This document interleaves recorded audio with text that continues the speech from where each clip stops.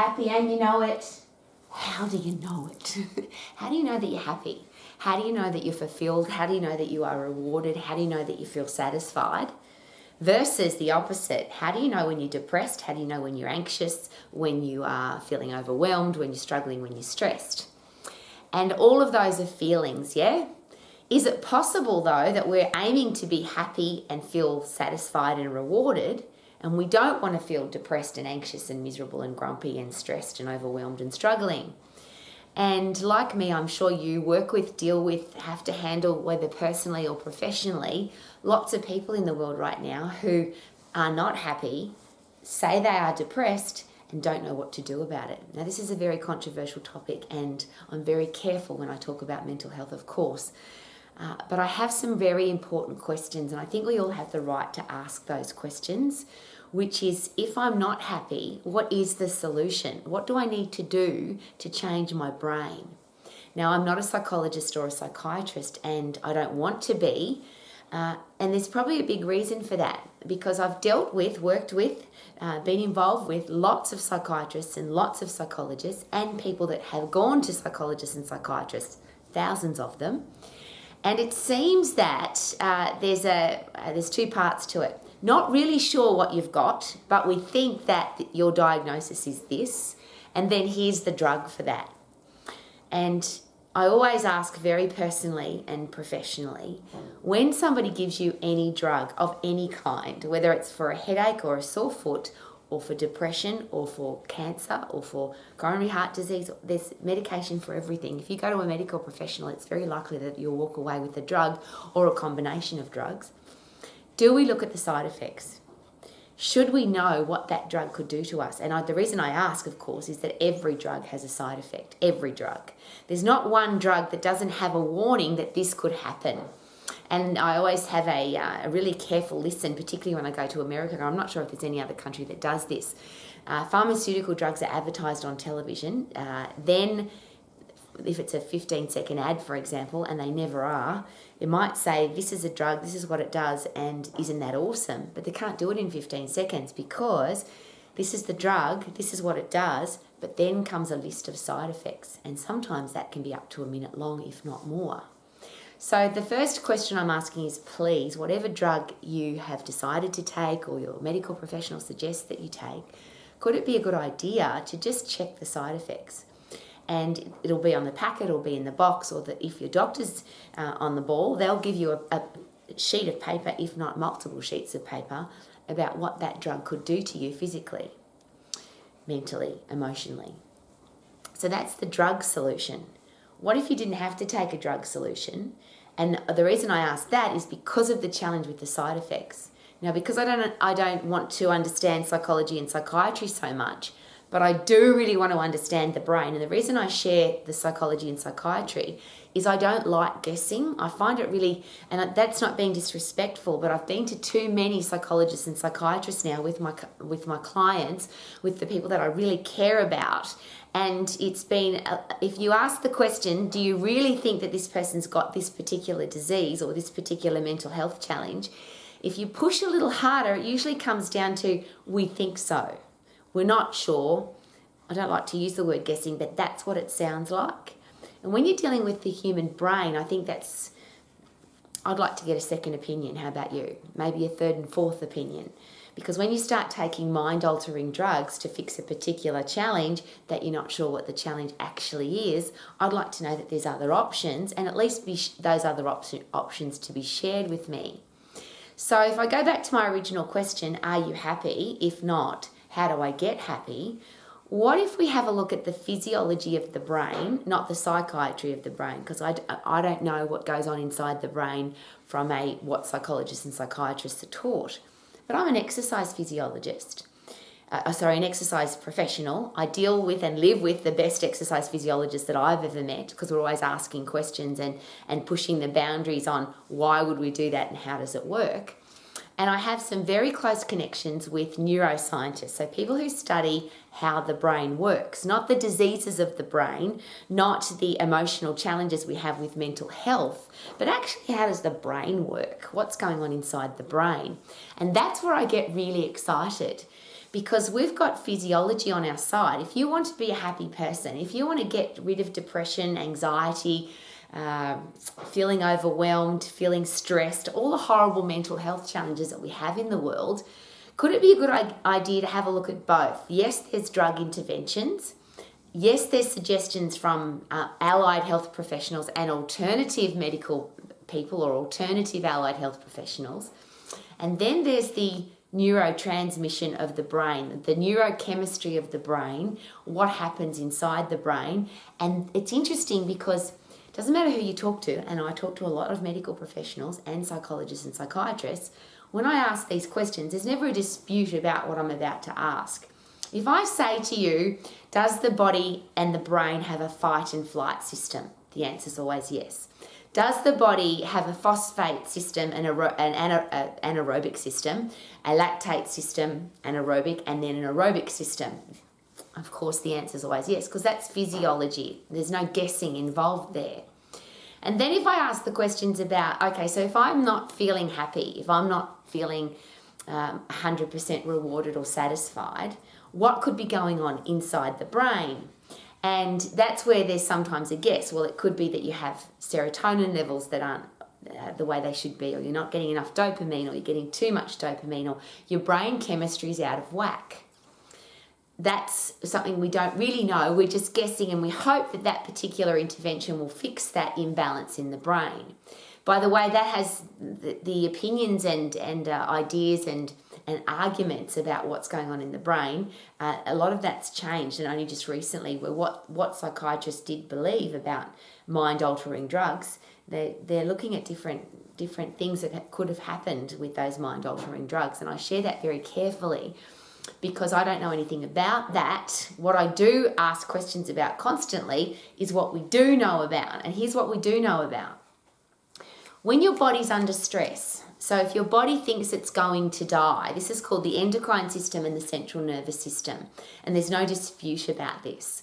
If your body thinks it's going to die, it doesn't want to die. And the reason for that is the human body's designed to go away from the threat, get away from the threat so it can survive, so it can reproduce. That's what the human race is here for, as are all animals. But we've got this amazing chemistry inside of our brain that wants us to stay alive. So if you're under threat, if somebody's trying to kill you or your family, your body will produce all the neurochemistry, the brain chemistry that your body needs to either fight the threat or grab your family and get the hell out of there. Now, the reason I use that example is if you're on your own, it's pretty easy to flight. You can sprint and get the hell out of there. If you've got a family and people that you care about, it's a little bit harder to flight because you've got to pick up people and sprint with them. So often in a family situation, you'd have to fight because you can't sprint with everybody, and maybe somebody in your family is too old to sprint or too young to sprint, or you can't pick up everybody and carry them. And this is a really important, it's not an analogy, this is actually how the human body works. So when you feel under threat, your body automatically, you don't have control over it, produces the neurotransmitters to help you fight or flight. No one argues that. So your body creates chemistry that increases your blood pressure, your resting heart rate, your blood fat levels and your blood sugar levels, and shuts everything else down. So that everything that you don't need inside your body gets shut down so that you can get away from the threat or you can fight the threat.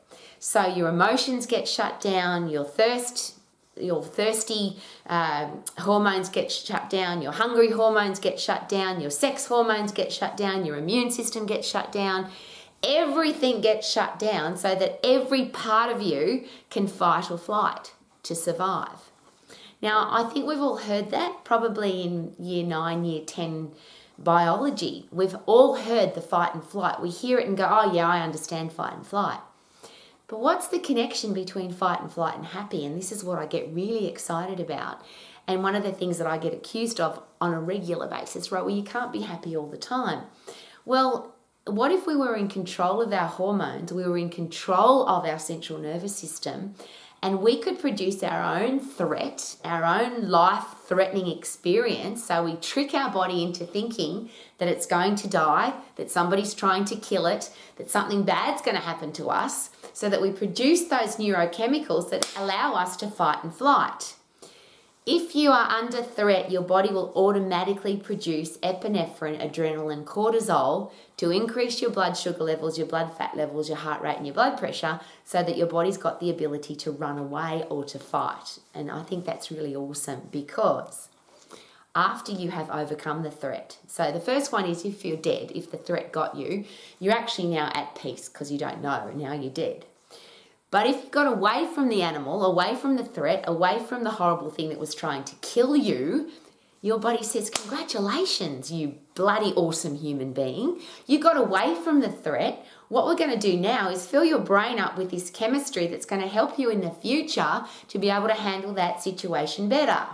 So first of all, reward drug, congratulations, you got away. Second, serotonin, which is the satisfaction neurotransmitter. Your life is amazing because you're actually alive. You could be dead and you didn't die, you're alive. So be really happy with your life. Be satisfied that you're alive. Endorphins are painkillers that help us get away from the threat, and they're the happy drug that seem to keep pumping after we've exercised, after we've fought and flight. Now, careful because it's not about exercise here. It's about getting puffed, lifting heavy, punching, kicking. It's the fight and flight system. We also produce this amazing product called brain-derived neurotropic factor, which is, as I always share, I repeat it over and over, but I get so excited about it, and I'm wondering why nobody else seems to be as excited as me. Brain-derived neurotropic factor is fertilizer for your brain. Now, if you don't do any gardening, maybe that's why that's not exciting. But if your brain's just ticking along and you put fertilizer in there so that now everything grows better, grows faster, connects more appropriately, and you become a better person because you're growing faster, your brain works better. And there's two things that happen with BDNF. One is you get neuroplasticity, which happens every time we have to do something different, our brain changes. So if you've got a boring, average, normal life and your brain doesn't have to change, doesn't have to think differently, doesn't have to fight a threat, doesn't have to overcome a challenge, nothing changes inside your brain. It's not too much neuroplasticity going on. But if you put your body under threat or something threatens you or tries to kill you, your brain has to change. If you overcame that threat, your brain really changes because it goes, well, I didn't think you could get away from the threat. You did. Congratulations. Now you've got a new brain, a new way of thinking, neuroplasticity. But even more exciting than that is neurogenesis, new brain cells, new ones. Not old rotten ones that couldn't get away from the animal and you died, or couldn't get away from the threat and it got you. New brain cells that next time you're under threat, you have a better brain to deal with the challenge. I hope that sounds really exciting, because if you feel overwhelmed, if you're stressed, if you're struggling, if you feel depressed, and what the psychiatrists and psychologists do share with me, there's two reasons why people get depressed. You don't feel like you're in control of your life. And I think that's, what do I have to do about that? Somebody else is controlling my life. And the second one is I have no purpose. I have no reason to feel happy. I have no reason to get out of bed. So no purpose and I'm out of control. I now feel depressed. Well, if my purpose is to stay alive, if my purpose is to protect my family, if my body is under threat and it automatically goes into fight and flight, I now get that whole brain chemistry change. And I share this with you with passion and enthusiasm, because neuroplasticity means I think differently. Neurogenesis, I've dropped off the old brain cells. I've got now new brain cells filled with BDNF, fertilizer. So not only do I have better connections, better thinking ability, better creativity, I can overcome challenges and I can find solutions for next time, but my brain is now filled with happy drugs. I feel good. Dopamine reward drug, serotonin satisfaction drug. So what's that got to do with anything? Well, I need to make a very clear connection here. If my body is under threat, all of that happens automatically. It doesn't happen at any other time except fight and flight. Fight and flight is I'm under stress, something's trying to kill me, I've got to get out of there. So my body produces, I'll say it again, epinephrine, adrenaline, cortisol, so I can. Endorphins are a painkiller, cortisol's an anti-inflammatory, so I can get the hell out of there. Then this beautiful thing happens, my brain fills up with happy drugs. Now, I'm not saying that lightheartedly. The neurotransmitters that make me feel good, make me feel rewarded, take the pain away, and give me a better thinking brain are automatically produced when I've been through the fight and flight system. Now, here's where it's really exciting. Fight and flight is 100% effort. You don't run away from the animal jogging. You don't, someone's trying to kill you, you don't walk away from the situation. You sprint. It's a firing mechanism to stay alive. And I get really excited about that. Because if you want to get away from a threat, your body will produce everything you need. If you need to fight a threat, your body will produce everything that you need. If you put your own body under threat, it will produce everything that you need, anything that you need to survive and to get better after the experience. Now, the 100% effort system is the phosphate system. It's only 10 seconds. I'm going to say that again. We have 3 energy systems where the body draws energy from to do what we have to do. Phosphate, lactate, aerobic. The phosphate system is 10 seconds of intense activity, fast firing of the endocrine system, the central nervous system, the fast twitch muscle fibers, everything to get you the hell away from the thing that's trying to kill you. However, here's what's, for me, the most exciting. We can do that to ourselves. I'm going to say that again. In 10 seconds, if you put an intense effort into exercise, and I'm careful with the word exercise, if you put an intense effort into anything and you get really puffed, so puffed that you can't breathe, or lift so heavy that you can't lift anymore, and you do that in 10 seconds, you have now turned your brain or clicked your brain into the fight and flight system. Without the threat, you've created the own threat. Because if you get puffed, you've got sprinting really hard, your body says, oh my God, she's trying to run away from something, she must be under threat. If I lift something really heavy or punch really hard or jump really high, she must be under threat. We've got to get her out of there. And then after I finish that 10-second bout of 100% intense activity, now my brain fills up with dopamine, serotonin, brain-derived neurotropic factor. So for next time, I can think more clearly, I think differently, I feel fantastic, I feel rewarded. I'm sharing this with it almost makes me sad because it's so simple and we seem to have made it so complicated. If you don't feel good, I get that the last thing that you want to do is sprint for 10 seconds. But I'm going to say that again. It's not 10 minutes, it's not 1 hour, it's not even 1 minute. If you feel like crap, if you feel overwhelmed, if you feel stressed, if you feel unhappy, whatever it is that is negative going on inside your brain, you cannot go into a 10-second intense bout of activity where you put in 100% effort. It's physiologically impossible to come out of that bout of 10 seconds with the same brain because your chemistry changes. You actually can't control that. So in 10 seconds, you can go from I don't feel good to having a brain that says, wow, you got away from the threat. Let's fill her brain up with dopamine, your brain, my brain, everybody's brain. It's all the same. It's called physiology. Fill up the brain with dopamine, serotonin, brain-derived neurotropic factor, endorphins are the painkillers, and you will feel better in 10 seconds. There are drug interventions, there's meditation, there's laughing, there's hang out with great people, there's pat a puppy dog, there's go for a walk, there's pick up seashells on the seashore.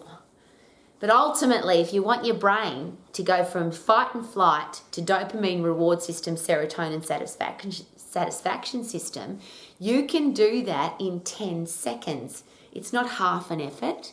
It's not plod jog. It's not, I'll do as much as I can and hope something works. It's just 10 seconds of intense activity. So this is where it becomes very interesting because people often share with me, and as I share with you most days, I get criticised for saying that you can be happy all the time.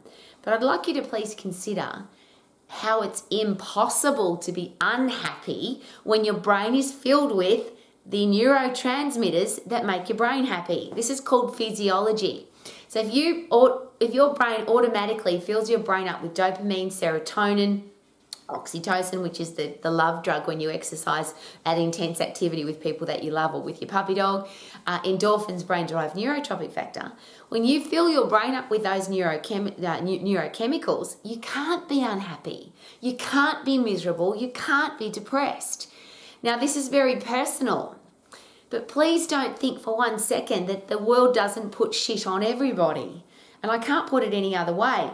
Yuck stuff happens to everybody. Now, whether that's you broke the heel on your shoe at the wrong time, or you had a car accident, or somebody died, or somebody's got a terminal illness, or the world's got a worldwide medical pandemic, or all the horrible things that happen to everybody, we all have stress in our life. We all have a time when we feel under threat. We all have a time when we feel overwhelmed.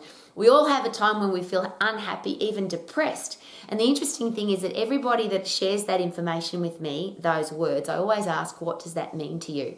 What does depressed mean? What does anxious mean? What does stressed mean? What do they mean to you? And everybody's got something different. But what isn't different is our brain chemistry. So what about this exciting news? And you can do the research yourself, please do. Please learn neurotransmission of the brain, what goes on in the neuroscience of the brain. And I think you can probably, as I shared before, go back to year 9 or 10 biology. Fight and flight, body under stress, wants to survive, produces everything you need to get the hell out of there or to turn and fight. And then your brain fills up with happy chemicals to make you feel good. It does that. So why don't we try that first? And this is not medical advice. This is not, you should do this. This is just, please consider. Because when you look at the chemical changes that could happen in your brain, the warnings on the packet of the pharmaceutical drugs that are being dispensed for people who are unhappy and depressed and anxious and overwhelmed, when you actually look at the side effects of what those drugs can do to your brain, do to your physical body, and I ask this very important question: if I want to fix my mental health, do I want to screw up my physical health to fix my mental health? And what if it doesn't fix my mental health and then I've screwed up my physical health as well? That's a process that as an exercise professional I've had to deal with every day. Because my clients, since I've been a personal exercise coach, have been predominantly people who have a poor relationship with themselves, and that plays out in the way they treat themselves with their food and their exercise. So they're exercise bulimics. I've had food bulimics, anorexic people, morbidly obese people, people who harm themselves. I've had these as personal clients, as a personal exercise coach. And I don't want that for anybody. I don't want that for our kids to even know that those diseases exist. But I know they exist. I've seen them in other people, and I would like to be a solution for that. I don't want people to suffer the side effects that come from the drugs that they are prescribed because they are unhappy. And those 2 reasons why people become unhappy, according to the psychologists and psychiatrists, which is lack of purpose and I feel like I'm out of control. So can I get a purpose in my life? Can I control my life? That's a whole different conversation. But what I can control is my brain chemistry. So if I choose to sprint hard for 10 seconds and get really puffed, I can't go into that 10 seconds or come out of that 10 seconds the same way I went in, because my brain chemistry will change and my ability to think differently, think clearly, think more creatively and to overcome my challenge will be better. What if we tried that first? Or what if we at least tried it? I understand, I'm going to share this again. It's probably not what you feel like doing when you feel angry or depressed. And I get that because there are plenty of days where I don't feel like sprinting. But because I know how good I'm going to feel after 10 seconds of puffing as hard as I possibly can, putting in 100% effort, it becomes an easy process. Am I addicted to 10 seconds of exercise? High intense activity to change my brain? Of course, because it's the same as a shot of cocaine or heroin or methamphetamine or any kind of pharmaceutical or recreational drug. I get a rush of dopamine, serotonin levels even out, I get endorphins in my brain, I get brain-derived neurotropic factor, I feel fantastic without all the horrible side effects. I feel happy without all the horrible side effects. And could that be an awesome place to start? Because life is going to throw shit at us. I can't put it any other way. Wouldn't it be good to be able to handle it without having to take drugs, without having to overeat, without having to get drunk, without having to gamble? Wouldn't that be awesome? I would love you to say every day, I'm happy and I know it, because I am very happy. I'm happy and I know it because I'm healthy, fit and strong. I'm happy and I know it because I want to be healthy, fit and strong, and I'm going to get puffed for 10 seconds to make sure that I am. Thank you for coming to Romax. My name's Rowie. The goal at Romax every single day is to make sure that you are healthy, fit and strong mentally and physically, and you can stay that way for the rest of your life. Woohoo! I feel good, because I get puffed every day, many times throughout the day.